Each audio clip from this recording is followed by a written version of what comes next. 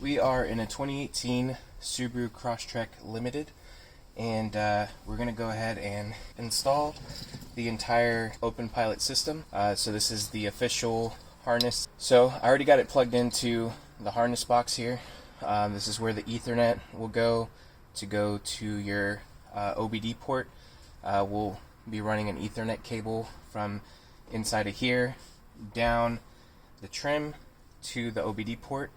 I'll be showing that, and then this is the USB-C port. So this will actually be going to the Panda. USB-C will be going from in here again down to where I have the Panda, which I'll show you a closer shot later. But it's just sitting behind the rear view mirror, and then also we'll be mounting the Eon below as well, and I'll show you that later too. So the first step is getting this inside of here. So with the limited edition, it's a little bit different than another nice video that's on YouTube from one of the other community members from Comma.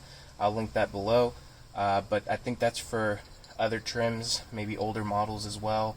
On that one, he was able to just pull off the entire top, but with the limited there's a little bit of a difference. So the tools you'll be needing, I'm not much of a handyman, but it's an 8 for a bolt. So we'll be needing this.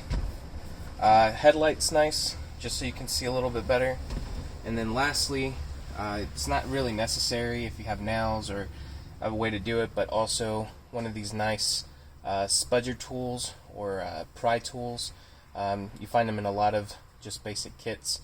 I really only use this for the first part, because this top part's actually a little bit different. So those are the tools you need. Just 4 warnings, stuff that I ran into before is here. I don't know if you can see it in the video, but there's a lot of chipping from my first attempt, just chipping away at the paint for the interior. I was prying it the wrong way, and I didn't know about the bolts that are in here, which I'm showing you. And again, this is the limited edition of the 2018 Subaru Crosstrek. There's an extra step, so I only saw that one video that the other community member posted, and I tried to just pry it. Not a good idea. So if you just follow my tutorial, you'll avoid any of this chipping of you trying to pry it with different tools and stuff. So first thing is the pry tool. I recommend, so this is where you can turn off the lane keep assist and the collision detection, I think it is.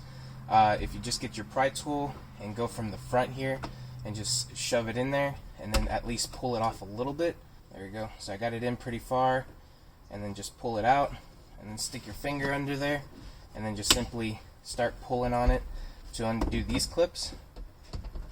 And then I also found that it's better to avoid any braking to do it again on this side while you have this part off, and then just undo this part right here and then pull it right out. So those are all the clips there. So 3 in the back, 1 in the front, and then 2 on the side fronts. So that removes that. There's 2 bolts right here. Then you could just use your screwdriver and put that in there and take those out. They do turn for a little while, so don't be concerned if it takes you a little bit longer than normal. Just keep on going and they'll fall right into your screwdriver. Alright, so 2 bolts are out. That's what they look like. Cool. Now the next part is prying it off. But before you do that, I recommend lowering this down like this, as far down as it goes. This is so the plastic can actually fall enough to clear the cameras in the front, which, as you probably already know, never touch them. They're hard to clean off supposedly. I'd rather not risk it. So it allows for this whole system to come down. If you don't lower this, it'll feel like it's stuck. So you want to make sure you lower that so this can come down.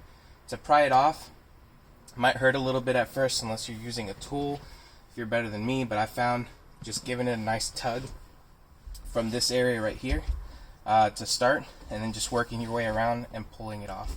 So I just stick my fingernails in there, get my fingers in there, and then pry it off from there, and then work my way over, and then just work my way around. I'm going to turn off the light here.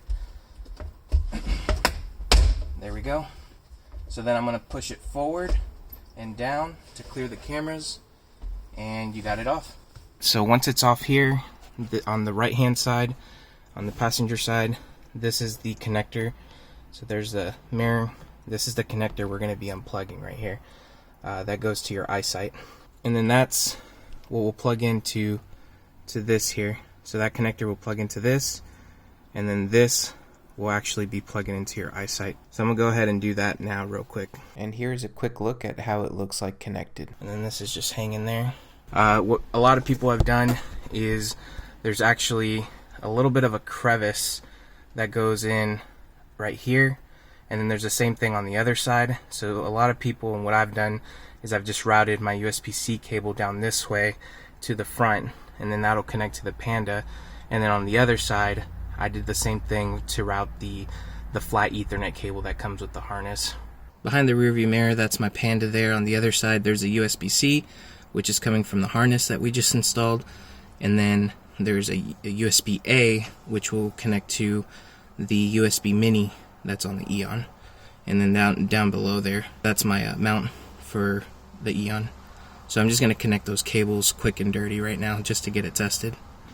Alright, so here's the last connection. This is the Comma Power. The Ethernet's already connected up top. And then so here's the trunk release. If we go under here, you'll notice that there's a white port here. So just go ahead and plug it right into that, like that. And so I don't think there's really any indicators. If you can't read your fingerprint or anything, this is one thing to check maybe. So this is the last hardware connection you have to make. Lastly, I figured I'd show you the Panda. That's a USB-C connected to the connector up top, and that USB-A will connect to the Eon. Okay, and the last thing I want to show is just no error messages. So if you did everything right, you should have no error messages. It's actually all taken apart still. So quickly going through it again, we have our harness. One cable is the Ethernet, which is going to the Comma Power, which connects to the OBD. One of them is the USB-C, and then that goes over to your Panda, which is sitting behind the mirror there, which then connects to the Eon. Next thing is to tuck all the cables in properly, and then take it for a test, see how it does.